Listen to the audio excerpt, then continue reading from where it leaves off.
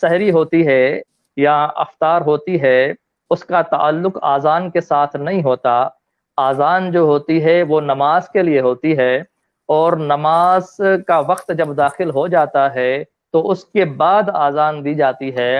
اور جو سحری ہوتی ہے یا افطار ہوتی ہے اس کا جدا وقت ہوتا ہے. سحری اور افطار کا آذان کے ساتھ تعلق نہیں ہوتا. بالفرض میں عرض کروں مثال کے طور پہ کہ جب آپ رات کے ٹائم میں سحری کرتے ہیں تو آپ کو آذان سننے میں آتی ہے، تو آپ یہ سمجھ لیں کہ وقت ختم ہو چکا ہے اور صبح صادق کا وقت داخل ہو چکا ہے اور نماز فجر کا وقت سٹارٹ ہو چکا ہے. لہٰذا اس سے احتیاطاً آپ 5-10 منٹ پہلے سحری کو ختم کر لیں.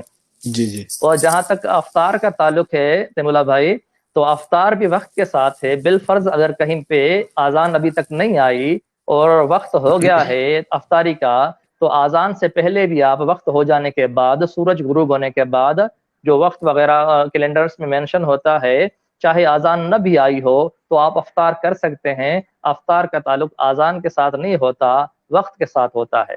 پہلی بات سبحان تو یہ اللہ. ہو گئی تیمولہ بھائی. دوسری بات یہ ہو گئی کہ اکثر اوقات دیکھا گیا ہے، اس فقیر نے بھی بارہا مشاہدہ کیا ہے، یا ہمارے مجھے 2-3 کیلنڈرز نظر آئے ہیں جن پہ اس طرح ہوتا ہے کہ بعض جگہ پہ اگر ایک ٹائم ہوتا ہے تو دوسری جگہ پہ 3 منٹ کے تفاوت سے، 4 منٹ کے تفاوت سے، 5 منٹ کے تفاوت سے، 6 منٹ کے تفاوت تک بھی، 7 منٹ کے تفاوت تک بھی اس فقیر کو دیکھنے میں جو ہے یہ چیز تیمولہ بھائی آئی ہے. اس کی وجہ کیا ہے میں آپ کو عرض رکھتا ہوں. اس کی وجہ یہ ہے تیمولہ بھائی کہ عوام الناس کو تو پتہ نہیں ہوتا کہ اصل حقیقت کیا ہے. جو بھی ٹائم ان کو دیا جاتا ہے وہ اس کو فالو کرتے ہیں. دراصل اس طرح جی ہوتا ہے کہ بالفرض ایک ٹائم کسی نے دیا ہے، تو اب دوسرا جو کیلنڈر شائع کرتا ہے تو اس کو پتا ہے کہ 3-4-5 منٹ کے بعد افطاری کرنا اور سحری قبل از وقت ختم کرنا یہ عمل اچھا ہے، مستحب ہے، بہتر ہے. تو وہ کیلنڈر پہ ہی اپنے ٹائم میں 3-4-5-7 منٹ کا اضافہ کر دیتا ہے. حالانکہ اس کو اس طرح کرنا چاہیے تھا کہ ایکچوئل ٹائم لکھ کے نیچے لکھ دیتا کہ یہ ایکچوئل ٹائم ہے، اس سے آپ 3-5-7 منٹ پہلے سحری کو بند کر دیں اور اس سے آپ 3-4 منٹ بعد میں افطاری کر لیں، یہ بہتر ہوگا.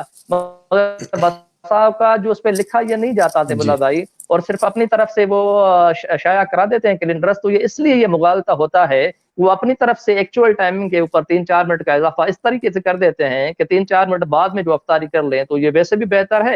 اس طرح ہم بھی ٹائم کے اوپر 3-4-5 منٹ اضافے کے ساتھ لکھ دیتے ہیں. تو یہ اس طریقے سے ہو جاتا ہے سحری اور افطار کے ٹائمنگ پہ. جی انشاءاللہ. جی سبحان تیمولہ اللہ. بھائی. جی سبحان اللہ. بہت ہی زبردست مفتی جی. صاحب. ایک اور چیز ایڈ الحمدللہ. کروں اگر اجازت جی دیں تیمولہ بسم بھائی. جی جی بسم اللہ جی. بسم اللہ.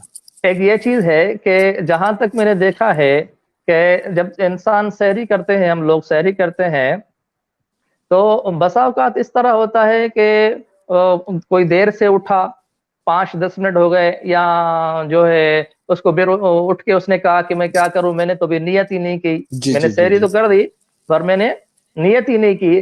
حالانکہ یہ میں دوستوں کو عرض کرنا چاہوں گا، جب آپ اٹھے ہیں اس کے آپ نے بیٹھے ہیں، لقمے لیے ہیں، کھانا کھایا ہے، تو یہی آپ کی نیت ہے. جی یہی آپ کی نیت ہے جو آپ اگر آپ نے زبان سے نہیں کہا وَبِصَوْمِ غَدٍ نَوَيْتُ مِنْ شَهْرِ رمضان، اگر آپ نے نہیں کہا زبان سے، تو آپ کا یہ اٹھنا اور آپ کا یہ کھانا یہی نیت ہے، کیونکہ نیت دل کے ارادے کو کہتے ہیں. تو بسا اوقات دوستوں کو میں نے دیکھا ہے یہ پریشان ہو جاتے ہیں کہ مفتی صاحب ہم نے تو نیت نہیں کی روزے کی. بھیا آپ نے کس طرح روزے کی نیت کی کہ میں نے کھانا تو کھا لیا مگر مجھے نیت کا میں رات کو بھول گیا ہوں.